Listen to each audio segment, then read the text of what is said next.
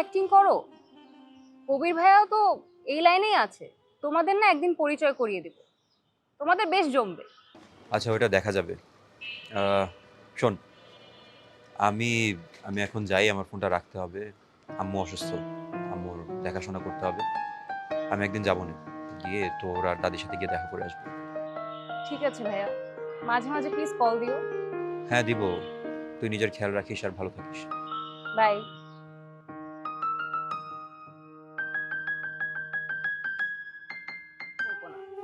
আমি এখানে বলেছি আমার অ্যাডমিশনের কথা, মামারাও জানে। আর এখানে আমার একটা বড় ভাইও আছে, কবির ভাই।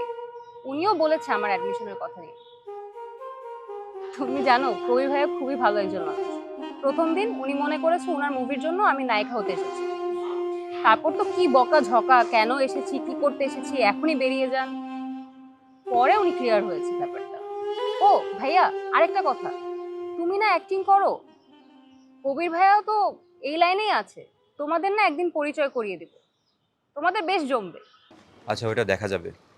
আহ, শোন, আমি আমি এখন যাই, আমার ফোনটা রাখতে হবে। আম্মু অসুস্থ, আম্মুর দেখাশোনা করতে হবে। আমি একদিন যাবো না, গিয়ে তোর আর দাদির সাথে গিয়ে দেখা করে আসবো। ঠিক আছে ভাইয়া, মাঝে মাঝে প্লিজ কল দিও। হ্যাঁ, দিব।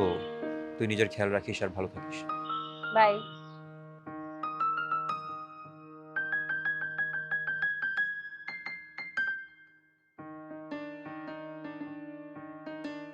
মা, দাদি, ফ্রিদা সবাইকে নিয়ে একসাথে থাকতে চাই। কিছু একটা করতে হবে। আমি আমি আর সময় নষ্ট করব না।